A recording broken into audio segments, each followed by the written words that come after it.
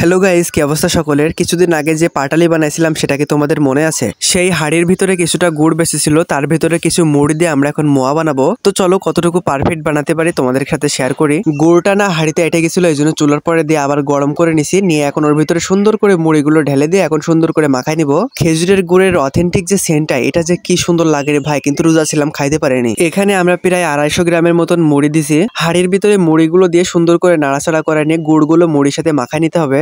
দুর্ভাগ্যবশত মোয়া বানাতে যে মুরগি বানায় ফেলাইছি, মানে কপালে না থাকলে কি ঠকঠকালে হবে কি। আসলে মোয়া বানাতে গেলে তো গোল শেপের দিতে হয়, কিন্তু কোন রকমের শেপ আসেনি, জোরে জোরে পড়ে যাচ্ছিল। আসলে হয়েছে কি, গুড়টা না অনেক বেশি ড্রাই হয়ে গেছে, মানে শুকনো হয়ে গেছে, এই জন্য মোয়াটা হয়নি ভালো করে। এখন কি আর করার, বানাইতে গেছিলাম মোয়া, হয়ে গেল মুরগি। এখন এগুলোই প্লেটের পরে নিয়ে চলে যাব বাসায়। যা হওয়ার হয়েছে, মোয়া হয়নি মুরগি হয়েছে, খাওয়া তো যাবে। আমি অনেকবার ট্রাই করছি এগুলো সুন্দর করে শেপ দেওয়ার জন্য, কিন্তু কোনোভাবেই পারেনি। শেষমেশ প্লেটের উপরে আমি তুলে নিচ্ছি এইভাবে। আমার কাছে মনে হয়েছে মুড়ির থেকে চাল ভেজে যেটা মোয়া বানানো হয় ওটা সব থেকে বেশি ভালো লাগে। এখন এইভাবে বাসায় নিয়ে চলে আসছি, তারপরে বয়মের ভিতরে রেখে দিছি, বেশ 10-12 দিন মতন থাকবে অনায়াসে।